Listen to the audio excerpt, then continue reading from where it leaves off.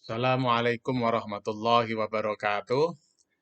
Bismillahirrahmanirrahim. Alhamdulillahirabbil alamin. Wassalatu wassalamu ala asyrofil anbiya'i wal mursalin wa ala alihi wa sahbihi ajmain amma ba'd.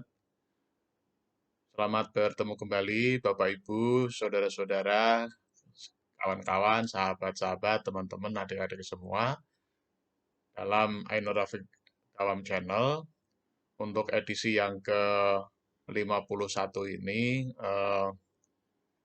kita ingin melihat terkait dengan kurikulum Merdeka ya, yang sekarang ini sedang ramai, terutama di Kementerian Agama, karena baru saja dirilis SK penunjukan madrasah-madrasah pelaksana kurikulum Merdeka, kaitannya dengan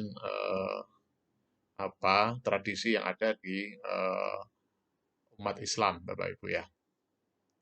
Bapak Ibu yang kami hormati, sebagaimana kita ketahui bersama bahwa mulai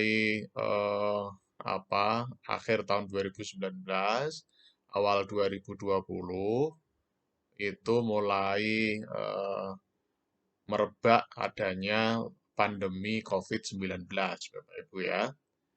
Di 2019 akhir itu di Indonesia belum terdeteksi, baru sekitar bulan Maret tahun 2020 Indonesia mulai terdeteksi. Dan karena sudah mulai terdeteksi dan itu langsung mengganas di bulan Maret, April, Mei, praktis seluruh kegiatan pendidikan kemudian diberlakukan istilahnya adalah kurikulum darurat ya waktu itu ya. Nah, berbicara terkait dengan kurikulum ini, Bapak Ibu, di tahun-tahun itu, di tahun munculnya COVID-19, itu ada 3 kurikulum ya yang diperkenalkan waktu itu atau menjadi alternatif bagi sekolah atau madrasah untuk menggunakan kurikulum tersebut. Yang pertama adalah kurikulum 13 yang kita kenal dengan istilah Kurtilas. Kemudian ada istilahnya adalah kurikulum darurat atau istilahnya kurikulum 2013 yang diminikan, katakanlah begitu, atau Kurtilas mini istilahnya, karena ada pengurangan di sana-sini terkait dengan jam pembelajaran. Kemudian yang ketiga adalah kurikulum prototype. Kurikulum prototype. Nah, kurikulum prototipe ini sudah disusun di tahun 2020, kemudian disosialisasikan di tahun 2021, dan di tahun 2022 itu menjelma penamaannya menjadi kurikulum merdeka. Dan itu di Kementerian Agama sudah mulai dicanangkan dengan munculnya SK Dirjen terkait dengan penunjukan madrasah-madrasah mana saja yang melaksanakan kurikulum merdeka ini. Nah, yang ingin kita sasar, yang ingin kita lihat terkait dengan terkait dengan edisi kali ini itu adalah filosofi dari kurikulum merdeka itu sendiri. Ada beberapa istilah terkait dengan kurikulum merdeka ini. Yang pertama adalah merdeka mengajar, nah itu. Kemudian ada istilah merdeka belajar, nah, ada juga istilah merdeka assessment. Nah, semuanya istilahnya adalah merdeka. Nah, tolak ukur dari kurikulum merdeka ini sebenarnya adalah pencapaian pada fase-fase tertentu. Kalau biasanya itu fase-fase itu ditentukan setiap tahun, maka di sini fasenya untuk penentuan asesmen, hasil asesmen itu atau hasil pembelajaran katakanlah begitu, itu satu fase itu biasanya sekitar minimal 2 tahun, Bapak Ibu ya. Jadi kalau biasanya itu 1 tahun, nah, karena ada kenaikan kelas ya, maka yang saat ini adalah fase pembelajaran itu dibuat 2 tahun. Karena asumsinya setiap 3 tahun itu nanti akan ketahuan hasil asesmennya. Jadi di 2 tahun pertama itu nanti dilakukan asesmen lagi. Jadi yang pertama adalah ada asesmen, istilah istilah kita adalah asesmen diagnostik yang di awal pembelajaran, kemudian nanti di 2 tahun berikutnya setelah proses belajar mengajar selama 2 tahun dengan berbasis PBL atau problem based learning atau belajar berbasis masalah atau juga project based learning atau PJBL, istilahnya PJBL. Nah, ini kalau kita lihat dari yang menjadi sasaran, yaitu terkait dengan siswa, maka yang ditonjolkan di sini adalah individualitas dari siswa-siswi itu sendiri ya. Jadi peserta didik kita atau pelajar-pelajar kita itu dimaksimalkan, dioptimalkan ya, dioptimalkan potensi-potensi yang dimiliki oleh siswa. Jadi misalnya ada siswa yang memiliki minat yang sangat besar terkait dengan seni, maka untuk mata pelajaran yang terkait dengan seni itu ditonjolkan. Demikian juga, misalnya ada siswa yang lebih berminat dan lebih berbakat terkait dengan olahraga, maka mata pelajaran yang terkait dengan olahraga itu juga diperbanyak ya di jam pembelajarannya. Nah, oleh karena itu, terkait dengan kurikulum Merdeka ini, atau yang tahun kemarin diistilahkan sebagai kurikulum prototipe, ini sekarang sudah mulai diberlakukan kalau di Kementerian Agama sudah ada di sekitar ribuan madrasah ya.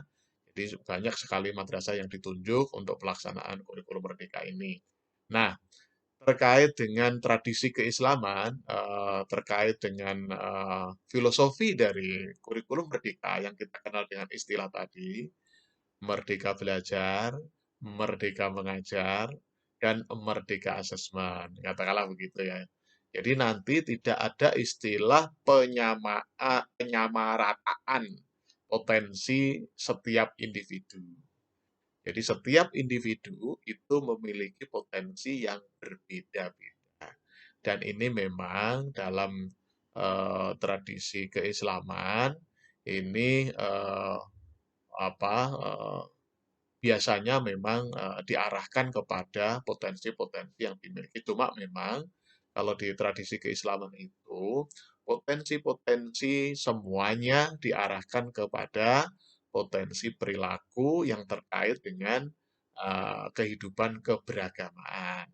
Kalau di tradisi keislaman tuh arahnya adalah iman dan takwa, iman, Islam dan ihsan. Jadi ranahnya adalah pada ranah akhlakul karimah. Jadi arahnya adalah ke sana. Memang terkait dengan skill, keterampilan, ya karena keterbatasan alat, keterbatasan media, maka optimalisasi terhadap skill ini masih kurang.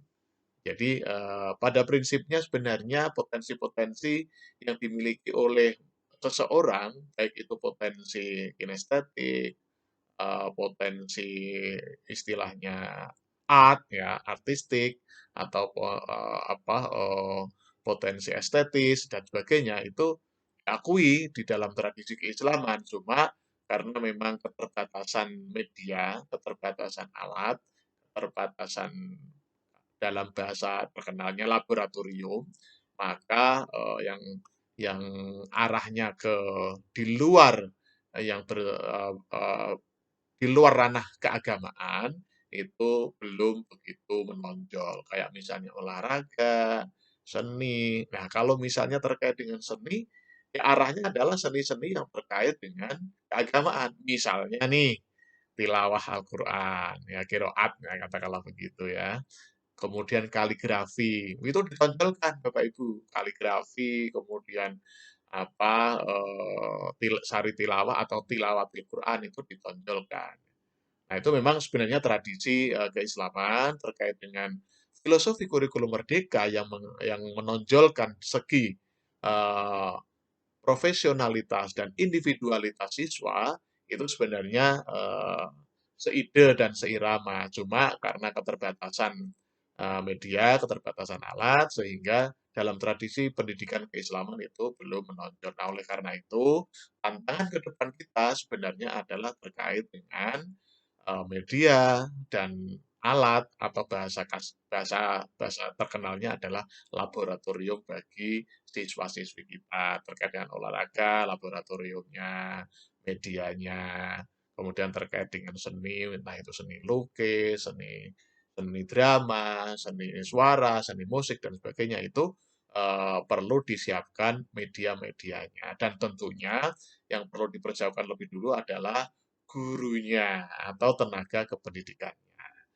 Oleh karena itu, sekali lagi, terkait dengan kurikulum Merdeka ini, tradisi keislaman itu sebenarnya sudah klop, cuma kelemahannya karena media dan alat-alatnya atau laboratoriumnya belum mendukung. Barangkali demikian untuk edisi ini, kita ucapkan tagline kita, sukses di dunia, bahagia di dunia. Sukses di akhirat, bahagia di akhirat.